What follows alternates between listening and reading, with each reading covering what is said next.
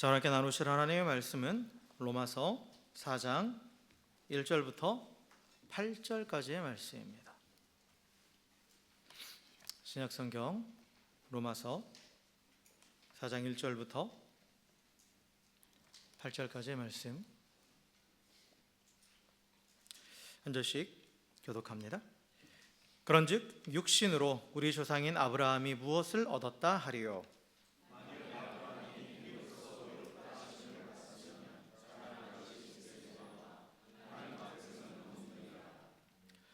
성경이 무엇을 말하느냐? 아브라함이 하나님을 믿음에 그것이 그에게 의로 여겨진 바 되었느니라.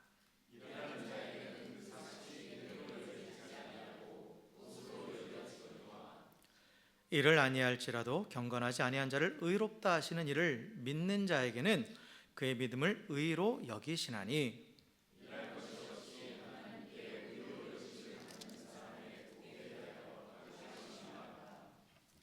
불법이 사함을 받고 죄가 가려짐을 받는 사람들은 복이 있고,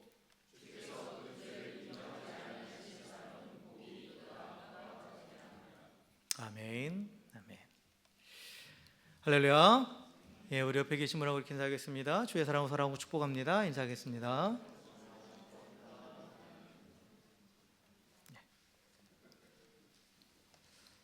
네, 우리 계속해서 로마서 말씀을 함께 나누고 있는데요. 그 로마서는 복음의 핵심 진리에 대해서 가장 논리적이고 또 가장 체계적으로 잘 설명한 성경이라고 말씀드렸죠.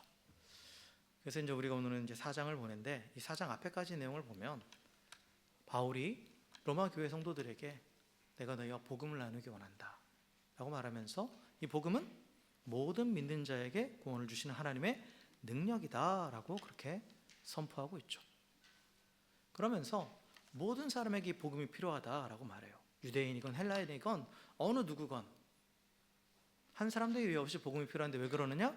모든 사람이 죄를 범하였기 때문에, 하나님의 영광에 이르지 못하기 때문에, 그래서 이 복음이 필요하다라고 그렇게 선포하죠. 그럼 복음이 무엇이냐라고 했을 때, 하나님 앞에 나아갈 수 없는 죄인이 의롭다함을 얻어서 하나님 앞에 나아갈 수 있는 유일한 길이 바로 예수 그리스도다 라고 선포하는 게 바로 복음이에요. 그래서 이 예수 그리스도를 믿는 믿음으로 의인이 되고 그리고 구원받는다 라고 선포하고 있죠. 그래서 이 의롭다함을 얻는 것은 행위가 아니라, 어떤 조건이 아니라 바로 믿음을 통해서다 라고 그렇게 지금 바울이 얘기하는 거예요. 바울이 왜 이것을 더 강조했냐면, 당시 이제 교회에 보면 초대교회는 사실 예루살렘 교회는 유대인들로 형성된 교회예요. 그래서 이제 교회가 계속해서 복음이 전해지면서 이방인들에게도 이제 복음이 전해졌죠. 바울의 전도로 인해서. 그런데 유대인 그리스도인들은 예수 그리스도의 복음을 믿긴 믿어요. 그런데 그들이 이방인들을 향해서 무엇을 얘기하냐면, 너희들이 우리와 똑같이 구원받기 위해서는 어떻게 해야 되느냐? 먼저 유대인이 되어야 된다.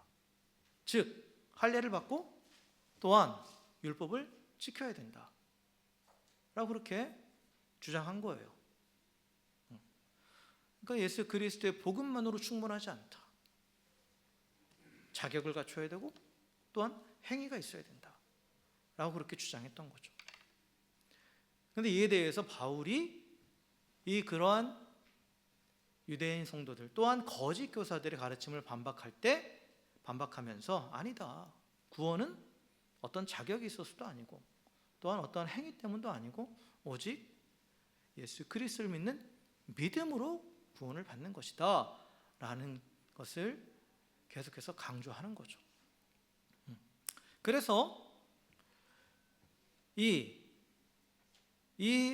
믿음으로 의롭게 된다, 믿음으로 구원받는다 라는 이 복음의 진리를 계속해서 선포하기 위해서, 그래서 또한 거짓 교사들의 주장을 논박하는 데 사용된 게 오늘 이 말씀이에요. 무엇을 얘기했냐면, 바로 유대인들이 자신들의 조상이라고 일컫는, 믿음의 조상으로 일컫는 이 아브라함이 하나님께서 그를 의롭다 하셨을 때가 언제였느냐라는 거예요.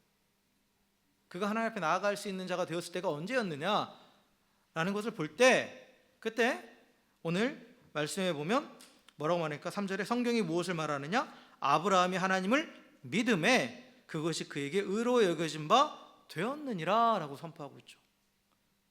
그때 창세기 15장 6절의 말씀을 가지고 지금 하나님 앞에 의롭다움을 얻기 위해서는, 또 구원받기 위해서는 할례도 받아야 되고 또 율법도 지켜야 하는 그런 행위도 있어야 된다라는 그런 거짓 교사들의 주장을 지금 완전히 논박하고 있는 거예요.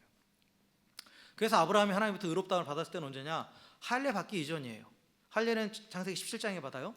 할례 받기 이전이고, 율법은 더더군다나 없었죠. 율법은 아브라함부터 약 500년 정도 뒤에 나와요. 그죠? 이스라엘 백성이 애굽에서 나왔어서 광야에서 받은 게 율법이잖아요. 그러니까 아브라함이 하나님으로부터 의롭다움을 받은 것은 그런 할례도 아니고, 할례를 받아서도 아니고, 또 율법을 지켜서도 아니다. 그리고 성경은 뭐라고 기록하고 있느냐? 아브라함이 여호와를 믿으니 여호와께서 이를 그의 의로 여기셨다라고 이렇게 기록되어 있다라는 거죠. 이게 실제로 창세기 15장 6절의 말씀이에요. 그래서 이 창세기 15장 이 6절의 말씀을 좀 우리가 자세히 들여다보면, 사실 이 창세기 15장에서 이 아브라함의 상태는, 이 하나님께서 창세기 12장에서 아브라함을 부르셨잖아요. 그렇죠?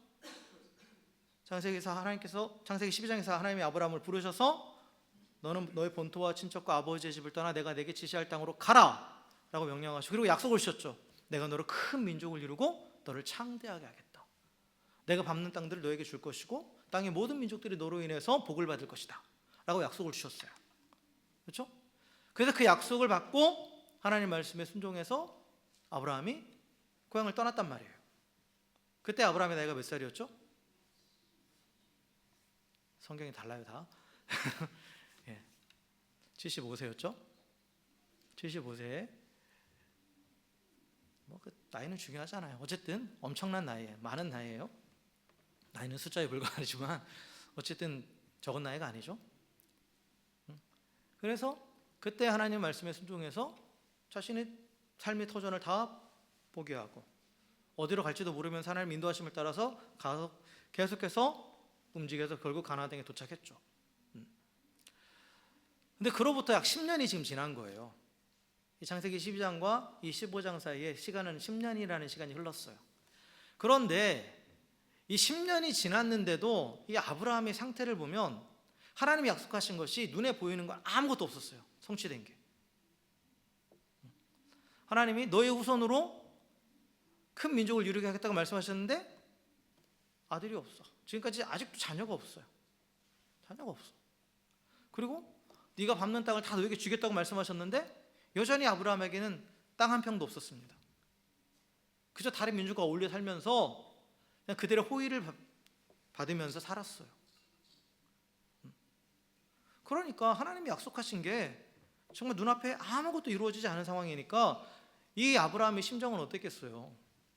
실망감이 있고 또 조급함도 있고, 그러겠죠. 이게 언제 되는 것인가 하는 그러한 상황이었어요. 그때 하나님께서 아브라함에게 나타나신 겁니다. 그래서 창세기 15장에서 하나님께서 아브라함에게 나타나셔서 뭐라고 말씀하시냐면 두려워하지 말아라. 나는 내 방패요 너의 지극히 큰 상급이라 라고 이렇게 말씀하십니다. 하나님은 이 아브라함의 마음을 아시는 거죠. 중심을 보시는 하나님이니까 아브라함의 마음에 조급함도 있고 두려움도 있고 아무것도 이루어지지 않는 현실 안에서 얼마나 그 마음이 힘들었겠어요. 그때 하나님께서 아브라함에게서 두려워하지 말라. 내가 너를 지키고 또한 내가 너에게 모든 것을 베풀겠다라고 다시 한번 약속을 상기시켜 주십니다. 그런데 이때 아브라함의 반응이 되게 재밌어요. 그때 아브라함이 솔직히 말하면 좀 삐졌어요. 하나님 앞에 삐진 상태예요. 그래서 하나님의 말씀을 듣고 나서 뭐라고 대답하냐면 주께서 내가 씨를 주지 않으셨으니 내 집에서 기른 자나 내 상속자로 삼겠습니다 라고 갑자기 그렇게 말해요. 이게 무슨 말이에요? 하나님이 나에게 아들을 주시겠다고 말씀하셨는데 안 주셨잖아요. 지금까지 이루어지지 않았잖아요. 그러니까 나는 그냥 이제 다 포기하고 그냥 내 집에서 내가 신임하는 종이 있잖아요. 그 사람을 이제 상속자로 세우겠다라는 거예요. 그러니까 이거는 아브라함이 은연중에 하나님을 향해서 나 삐졌다. 그리고 정말 이게 뭐냐. 대체 아무것도 이루어진 게 없지 않냐라는 그런 불만의 표시였어요. 그러니까 아브라함의 마음이 되게 상해 있는 상태죠. 그러니까 이때 하나님께서 어떻게 하시냐면 아브라함을 데리고 밖으로 나가세요. 둘러 나가셔서 하늘의 별을 보라고 말씀하시죠. 그러면서 너희 후손을 저 별과 같이 많게 하시겠다. 이 땅의 모래와 같이 많게 하시겠다 라고 다시 한번 약속을 주십니다. 이때 아브라함의 나이가 몇 살이었어요? 75 더하기 10 하면 85죠. 사라의 나이는 5살 차이기 때문에 80세예요. 그러면 사실 인간적으로 아이가 생기는 건 절대 불가능한 거죠. 그렇잖아요. 이건 절대 불가능한 거예요. 그런데 놀라운 반응이 나와요.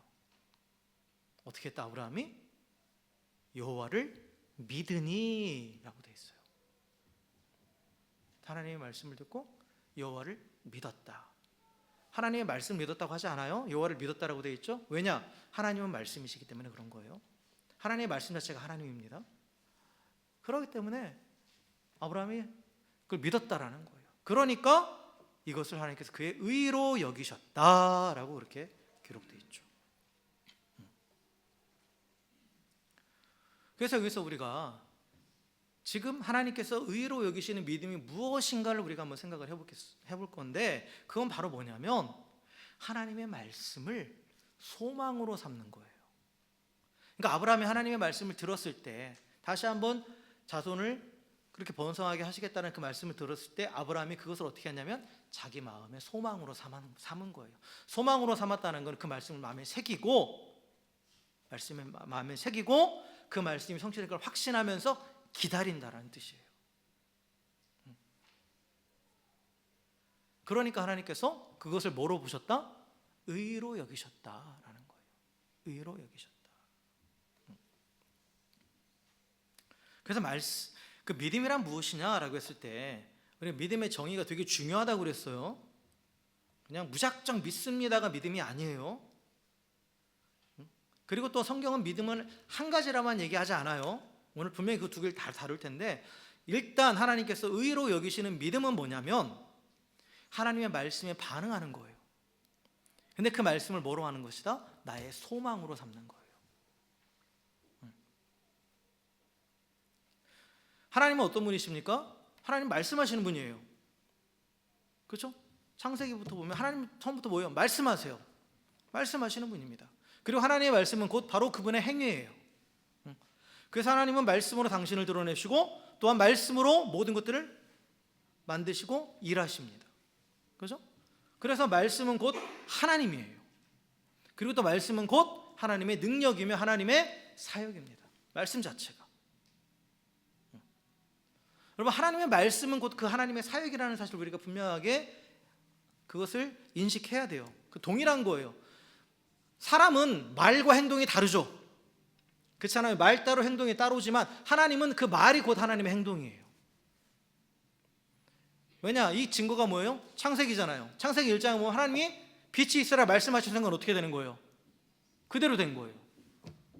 그렇잖아요. 하나님이 말씀하시고 나서 좀 지나서 뭔가 이루어지고 만들어지고 이게 아니에요. 말씀하신 그 순간 어떤 행동이 나타났다라는 거죠. 그 즉시. 그래서 하나님이 이 세상을 만드실 때 말씀하시고 말씀하신 즉시 그것이 실현되어 버리는 그러한 원리 세상이 만들어졌어요. 그리고 또 하나님이 창조를 말할 때 하나님이 없던 무에서 유를 만들어내는 뿐만 아니라 또한 그 만들어내는 세상의 질서를 잡으시는 것도 말씀을 통해서죠. 그죠? 그래서 말씀을 통해서 하늘과 땅의 경계를 나누시고, 그렇죠? 낮과 밤을 나누시고, 말씀으로 또한 바다와 육지를 나누시고, 그렇죠? 그 모든 경계들을 만드시는 그것도 말씀을 통해서요. 그리고 또 말씀을 통해서 또 하나님 만드신 그 세상을 충만하게 채우셨죠. 그래서 하나님은 말씀이신과 동시에 그 하나님의 말씀은 하나님의 사역입니다. 그 하나님의 능력이에요. 그래서 하나님의 말씀은 선포된과 동시에 성취되는 겁니다. 제가 여러 번 말씀드리잖아요. 하나님의 약속의 말씀은 하나님이 말씀하셨으면 그건 이미 뭐다? 성취되었다예요. 동시적으로 되는 겁니다. 다만 그 말씀이 우리 삶 가운데 실현되는 데 있어서는 우리는 과거에서 미래라는 이 시간의 흐름 안에 있기 때문에, 그래서 그러한 시차가 있을 뿐이지, 그리고 단지 눈에 보이지 않을 뿐이지, 하나님은 그 시간에 제약을 받지 않으시잖아요. 그 초월하신 분이에요. 하나님께는 항상 현재입니다. 그래서 말씀하신 그 순간 이미 이루어진 거예요. 그래서 하나님의 약속이 성취되는 것은 우리가 미래적인 시간이지만, 그러나 여러 번 말씀드렸죠. 그때 가서 그 일이 일어나는 게 아니라 이미 일어난 일, 이미 완성된 그 일이 우리에게 다가오는 거라고요. 그래서 하나님은 말씀하신 것 동시에 그 말씀은 그대로 성취된 겁니다. 그래서 말씀을 소망으로 삼다라는 건 뭐냐?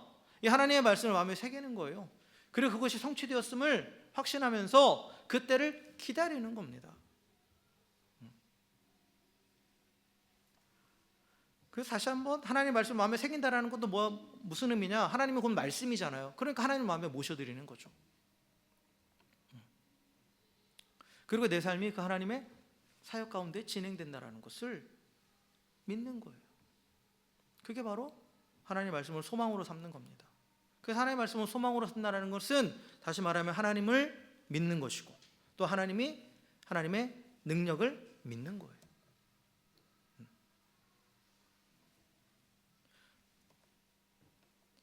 그래서 하나님은 이러한 믿음을 가진 자, 하나님의 말씀이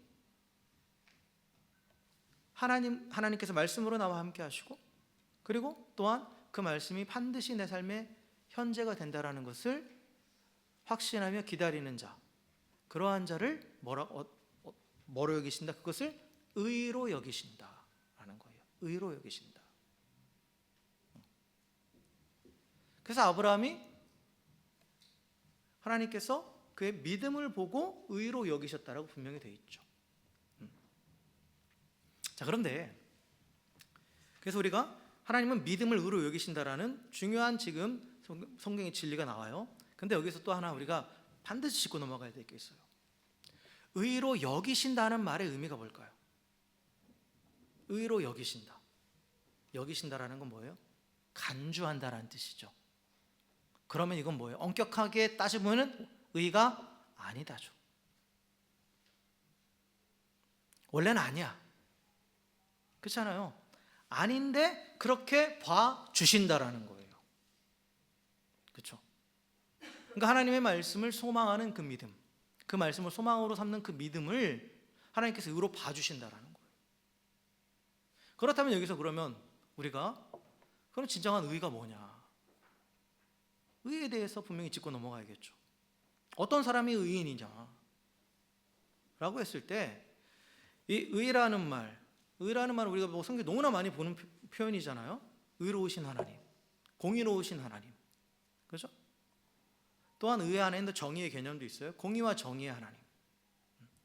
근데 우리가 하나님의 의를 얘기할 때, 그리고 우리가 하나님 앞에서 내가 의롭다라는 것을 얘기할 때, 이 의는 무엇을 의미하냐면 하나님의 질서 안에 있다라는 거예요. 그러니까 의라는 것이, 공의라는 것이 법을 세우는다는 개념이거든요. 법을 세우는 건 뭐예요? 질서를 잡는 거예요. 그렇잖아요. 경계를 정해주는 거고, 한계를 정해주는 거고, 어디까지인지, 그리고 이 어떠한 관계들이 어떠한 식으로 형성되는지를 정해주는 게 법이에요. 그러니까 하나님의 창조의 원리는 질서를 잡으시는 거예요. 하나님은 의로우신 하나님이에요. 그래서 세상의 경계를 정하시고, 또 모든 관계들이 어떠한 관계를 맺어 어떠한 식으로 형성되는지를 다 정해놓으셨어요. 그래서 의롭다라고 할 때는 그 하나님이 정해주신 그 질서 안에 있다라는 거예요.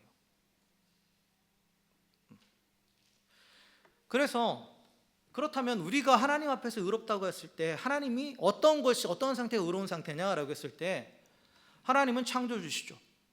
그렇죠? 그리고 우리는 피조물이에요. 그럼 창조주와 피조물의 관계는 뭐냐? 하나님이 말씀하시면 그 피조물에게 그대로 성취되는 거예요. 그죠? 그래서 우리 피조물들이 만들어졌잖아요. 다시 말하면 하나님은 말씀으로 역사하시는데, 말씀이신 하나님이 세상의 말씀으로 당신을 드러내시고 말씀으로 역사하시는데, 그 말씀이 성취되는 자리가 바로 피조세계예요. 그거는 하나님이 지으신 피조물인 우리 인간도 결국 하나님과 바른 관계에 있다는 건 뭐냐? 그 말씀이 우리 삶 가운데 성취된다라는 거예요. 어떻게? 순종함으로. 우리가 하나님 말씀에 순종함으로 하나님 말씀의 성취 가운데 살아가는 것이 하나님과 우리의 바른 관계입니다. 하나님이 창조주이시고 내가 피조물로 살아가는 거예요. 이게 진정한 의예요. 이게 진정으로 하나님과 우리의 바른 관계입니다. 그런데 죄인은 어떤 사람이에요? 하나님의 말씀을 거부하는 사람이죠. 불순종하는 거잖아요.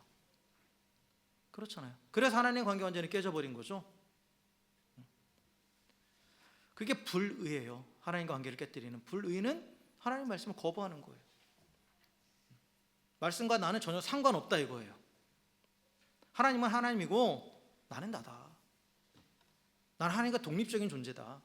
그러니까 하나님이 나에게 무슨 말씀을 하셔도 나와는 상관없다. 이게 죄고, 그러한 상태에 있는 사람이 불의한 사람입니다. 그래서 완전한 의인으로 회복된다는 것은 결국 이 관계가 다시 회복되는 거예요. 그런데 죄인은 한 번에 이렇게 되지 못해요. 죄 가운데 있는 자들은. 그래서 하나님께서 은혜를 베푸셔서 오늘 말씀 가운데 뭐냐? 의로 간주해 주시는 게 있다라는 거예요. 아직은 죄의 습성이 남아있어서 하나님의 말씀 온전히 순종하는 때까지 나아가지는 못하지만 하나님이 계신 것을 믿고, 그리고 하나님이 약속하신 말씀이 그대로 성취될 것을 소망하는 그것을 보시고, 그러한 믿음을 보시고 하나님은 그것을 의로 여겨 주신다라는 겁니다.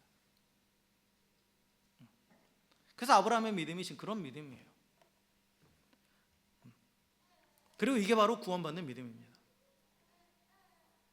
사실 구원이 전적인 하나님의 은혜잖아요. 그렇잖아요?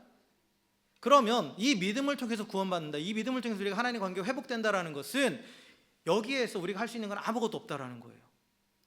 사실 하나님의 존재를 믿고 하나님의 약속의 말씀을 믿는 것 자체는 우리의 어떠한 행위나 이런 것이 들어가지 않아요.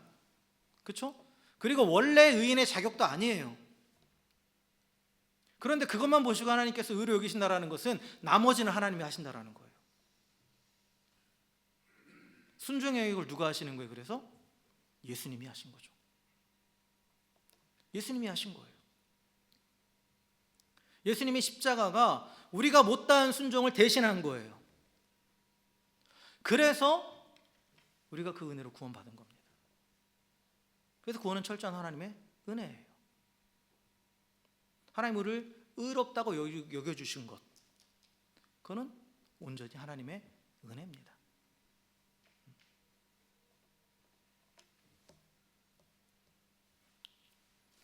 그래서 오늘 이 의롭다 하심을 받는 것 자체가 하나님의 은혜다라고 지금 다윗의 고백을 통해서 다시 한번 바울이 강조하고 있잖아요.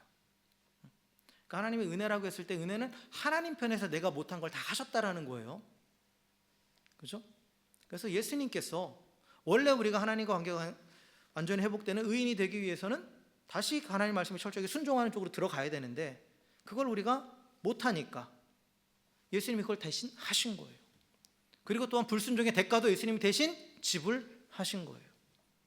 그래서 하나님은 단지 우리가 그것을 바라보고 믿기만 하면 그것을 뭐로 보아주시겠다? 의로 바라봐 주시겠다.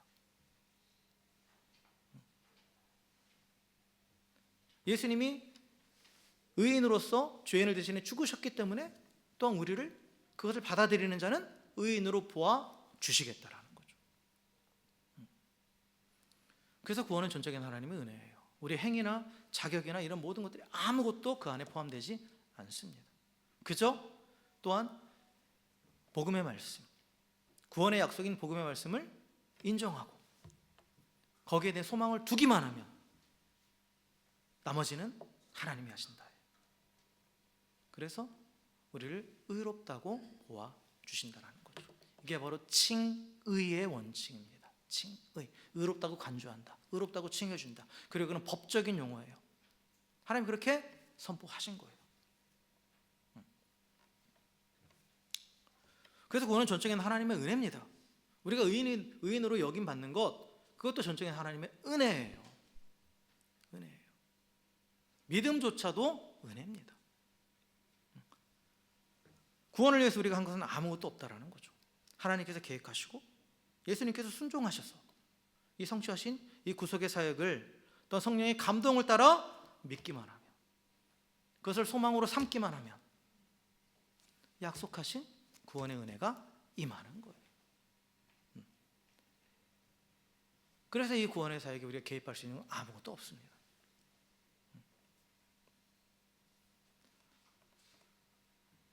그래서 하나님은 아무것도 한 것이 없음을 인정하고 오직 그 복음의 말씀을 믿고 그것을 소망하는 자를 의롭다고 여겨 주십니다. 그래서 하나님과 관계가 회복되는 거예요. 하나님께서 주권적으로 관계를 회복시켜 주시는 겁니다. 의라는 것은 하나님과 바른 관계 안에 있다는 거잖아요. 그럼 하나님과 관계 안에 있으면 어떻게 되는 거예요? 하나님과 연결되는 거예요. 그 연결되는 것은 뭐예요? 하나님으로부터 이제 모든 풍성한 은혜를 누리고, 그리고 복의 근원이신 하나님과 연결되어 있기 때문에 지속적으로 복을 누리는 거예요. 그렇기 때문에 이 구원의 은혜를 받은 자가 어떤 자다? 복받은 자다. 이 다윗이 그렇게 고백하잖아요. 나는 아무것도 한 거 없는데 죄사함 받았고, 아무것도 한 거 없는데 의롭다 여기심을 받았다는 그거 자체가 뭐다? 가장 큰 복이다 라는 거예요. 여러분, 예수 믿고 은혜 받지 못하고 나는 예수 믿는데 내 삶에 은혜는 없어, 나는 별로 복 받는 거 없는 것 같아, 그것은 진정한 은혜가 뭔지, 진정한 복이 뭔지를 모르는 거예요. 단순히 눈에 보이는 어떠한 것들이 내가 원하는 소유가 주어지지 않고 그것이 이루어지지 않았다 해서 내가 복을 받지 못했다라고 말하는 것은 하나님의 구원의 은혜, 하나님이 또한 우리 안에 관계 안에서 부어주시는 그 놀라운 복들을 가치 없는 것으로 만들어버리는 겁니다. 세상에 그 어떤 것도 이러한 은혜와 복을 줄 수 없어요. 복의 근원이시고 만물을 충만하게 하시는 그 영원하신 하나님이 나의 아버지 되시고 나와 함께 하시면서 계속해서 그 은혜를 베풀어 주시고 복을 주신다. 이거만큼 큰 은혜와 큰 복이 어디 있습니까? 그리고 또 이해되는 확증으로 하나님께서 우리 안에 성령을 보내주셨잖아요. 내가 하나님과 연결되었다라는 그 확증이 바로 성령이에요. 성령이 우리 안에 계시는 거예요. 그래서 우리는 그 은혜와 복을 지속적으로 누리게 되는 겁니다. 그래서 구원이란 우리는 아무것도 한 거 없지만, 그러나 하나님께서 예수님을 통해 사실 그 모든 일들을 받아들임으로, 그것을 나의 소망으로 삼음으로, 그것을 믿음으로 반응하는 그러한 자를 하나님께서 의롭게 여기시고 하나님 관계를 회복시켜 주시는 놀라운 하나님의 은혜입니다. 그래서 우리는 그 은혜를 받은 자예요. 그리고 지금도 하나님과 연결되어서 복의 근원이신 하나님과 연결되어서 그 복을 받고 있는 자들입니다. 그래서 우리는 은혜로 살아가는 거예요. 그것을 잊으니까 감사가 사라지는 거예요. 공로로 살아가는 사람은 항상 내가 노력하고 수고한 대가보다 못하다고 생각합니다. 내가 누리는 것이. 그렇죠. 여러분 직장생활 열심히 하시고 하시지만 여러분 받는 페이에 만족하세요? 나는 과분한 페이를 받고 있어요. 그런 분 계세요? 나는 과분하게 돈 벌고 있어요. 그런 분 계세요? 다 내가 수고한 것보다 못하다고 생각하시죠. 하나님과 관계에서도 똑같이 그렇게 생각하니까 감사가 사라지는 거예요. 우리 은혜로 살아가는 겁니다. 은혜로 살아가는 거예요. 나의 공로는 아무것도 없어요. 자격도 없어요. 하나님이 그렇게 봐주시는 것뿐이에요. 예수님이 다 하셨고 그저 그거를 소망으로 붙잡기만 하면 그것을 의로 여겨주신다라는 거예요. 그래서 우리는 지극히 큰 은혜를 받은 자, 복 중의 복, 지극히 큰 복을 받은 자들입니다. 자, 그런데 여기서 또 마지막으로 우리 한 가지만 더 짚고 넘어가면, 제가 지난주에도 말씀을 드렸어요. 믿음은 그 자리에 머물러 있는 게 아니라고. 그래서 구원받는 믿음, 하나님의 약속의 말씀을 소망으로 삼는 믿음, 그것은 하나님께서 우리를 의롭다 여겨주시는 거죠. 그렇죠? 그런데 엄밀히 말하면 의인으로 인정받은 건 아니에요.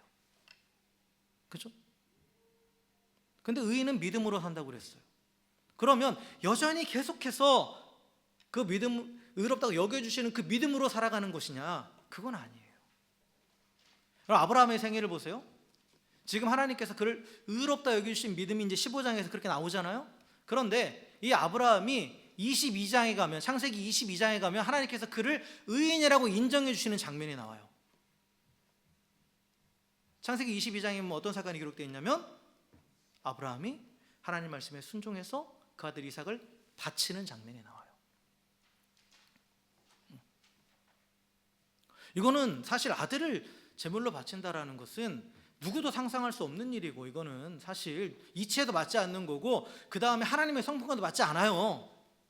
그런데 아브라함은 그 하나님의 명령에 대해서 하나님께 뭐 다시 이런 방법 묻지도 않고 되묻지도 않고 그 즉시 길을 떠나죠. 다른 누구와도 상의하지 않고 그 즉시 길을 떠나요. 아들을 데리고 그 즉시. 그리고 정말 죽이려고 했어요.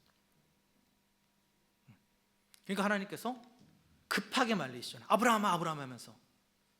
아브라함이 신용만 한 게 아니었다라는 거예요. 그런 순종하는 모습을 보였어요. 그때 하나님께서 아브라함에게 하신 말씀이 뭐냐?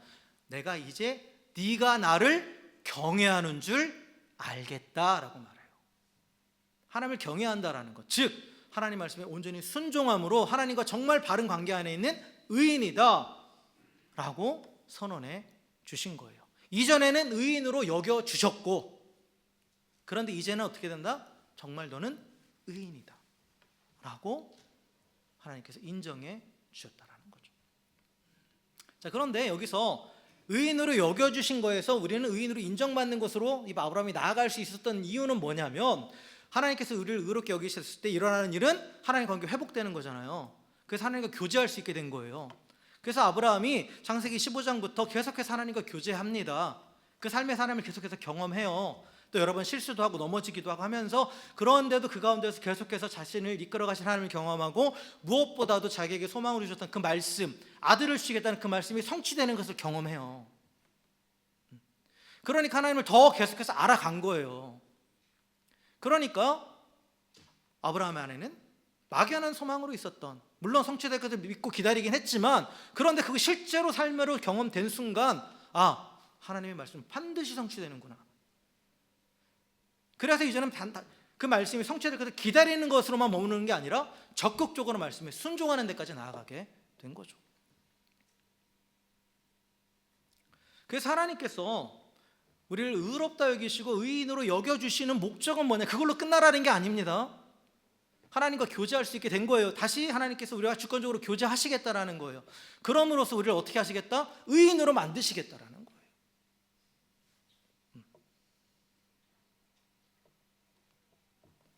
지속적으로 하나님과 교제함을 통해서, 알아감을 통해서. 그래서 하나님이 어떤 말씀을 하셔도 그 말씀대로 순종하는 단계까지 갈 수 있어요.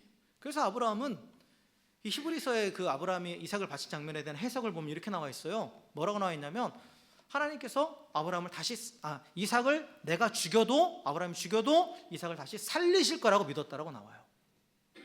이전에 가졌던 믿음은 뭐냐면, 이전에 가졌던 믿음은 그저 하나님이 말씀하신 대로 성취될 것을 확신하는 믿음이었는데, 그 하나님을 계속해서 경험하니까 하나님 말씀하지 않았거든요.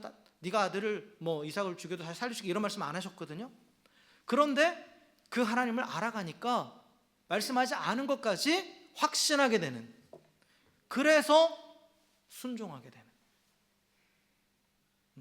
그러한 믿음에까지 이르게 된 거죠. 그래서 우리가 앞에서 지난주에 했던 믿음으로 믿음에 이르게 한다, 복음이 믿음으로 믿음에 이르게 한다라고, 의인은 믿음으로 살아간다고 했을 때 우리는 반드시 출발하는 믿음이 있어요. 하나님께서 우리를 의롭게 여기시는 믿음이 있는데, 거기서 머물러 있는 것이 아니라 그 안에서 회복되는 하나님 관계 안에서 계속해서 말씀의 성취들을 맛보면서, 이제는 말씀하시지 않은 것까지도 확실하게 하나님께서 행하실 것들을 기대하면서, 확신하면서 순종하는 그런 믿음으로까지 자라가는 겁니다. 이게 우리 신앙생활의 모습이에요. 그래서 의인은 믿음으로 살아가는 거예요. 그런데 머물러 있는 믿음이 아니라 자라가는 믿음, 성장하는 믿음. 그래서 이 믿음이 성장하게 하시도록 하나님 우리를 의롭다 여겨주시고 의인으로 여겨주시면서 하나님과 교제할 수 있게 해주신 거예요.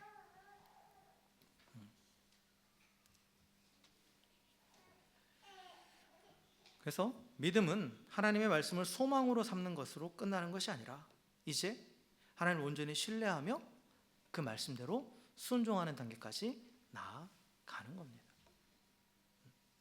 그래서 우리가 이 땅에서 그렇게 순종하는 믿음에까지 이르게 되면 아브라함의 인생은 사실 창세기 22장부터는 좀 달라져요. 실제로 이제 하나님의 약속들이 성취되는 것을 맛보면서 나아가요.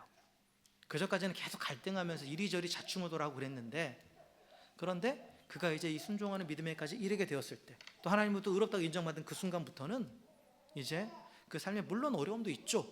그러나 흔들리지 않고 지속적으로 하나님 은혜의 풍성함을 누리면서 나아가게 됩니다. 그래서 우리가 믿음으로 살아간다고 하면서 여전히 계속해서 넘어지고 쓰러지고 계속해서 이 업다운이 심해지는 이유는 아직 하나님이 의롭게 여기시는 그 믿음 안에 머물러 있기 때문에 그런 거예요.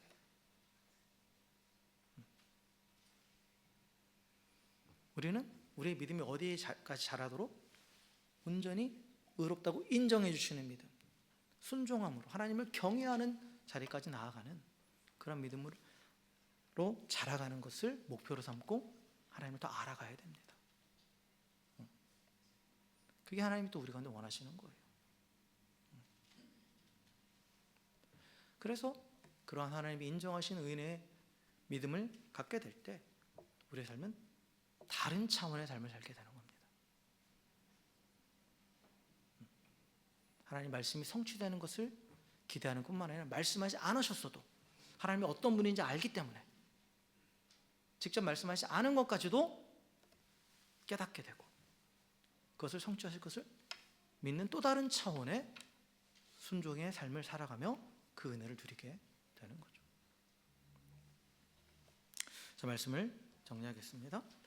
아브라함의 믿음을 그의 의로 여기신 하나님은 또한 예수 그리스도를 죽은 자 가운데 살리신 분을 우리가 믿기만 해도, 그 복음을 믿기만 해도 우리를 의롭다고 여겨 주십니다. 분명 구원은 하나님의 은혜로 받는 거예요. 우리가 완성돼서 받는 건 절대 아닙니다. 단지 그 복음을 나의 소망으로 삼고 그리고 그 복음의 약속이 성취될 것을 기다리는 그러한 믿음을 그 믿음만 있으면 그 나머지는 하나님께서 은혜로 채워 주십니다. 그래서 우리를 구원하십니다. 그래서 하나님은 아무 자격도 없고 공로도 없는 우리에게 구원의 은혜를 베풀어 주셨습니다. 우리를 의롭게 여겨주시고 의인으로 여겨주셨습니다. 그래서 이제 하나님 관계를 회복시켜 주셨어요. 그러면 이제 우리는 거기서 머물러 있어서는 안 되는 거죠. 뭐요? 하나님께서 우리와 관계를 회복시켜 주셨는데 내가 그러면 하나님과 계속해서 교제해야죠. 의지적으로. 더 말씀 앞에 서고 더 예배 힘쓰고 또한 주어지시는 삶의 자리에서 말씀하시는 것들에 대해서 거창한 순종을 말하는 게 아니에요. 삶의 모든 선택의 순간에서 하나님의 뜻을 묻고 또 내 뜻과 다르더라도 또 하나님의 뜻대로 선택하고 순종하는 그러한 지속되는 그러한 하나님과 교제를 통해서 우리의 믿음은 자라갑니다. 그래서 결정적인 순간에 아브라함처럼 이삭을 바치는 데까지 나아가는 그러한 순종하는 믿음에 이르게 될 때 하나님 우리를 의롭다고 인정해 주십니다. 그러면 또 다른 차원의 삶이 열리는 거예요. 이것이 우리가 받은 은혜요, 우리가 받은 복입니다. 믿음으로 우리는 구원받았고 또 믿음으로 은혜를 누리고 또 믿음으로 지속적으로 복의 근원이신 하나님과 연결되어 있습니다.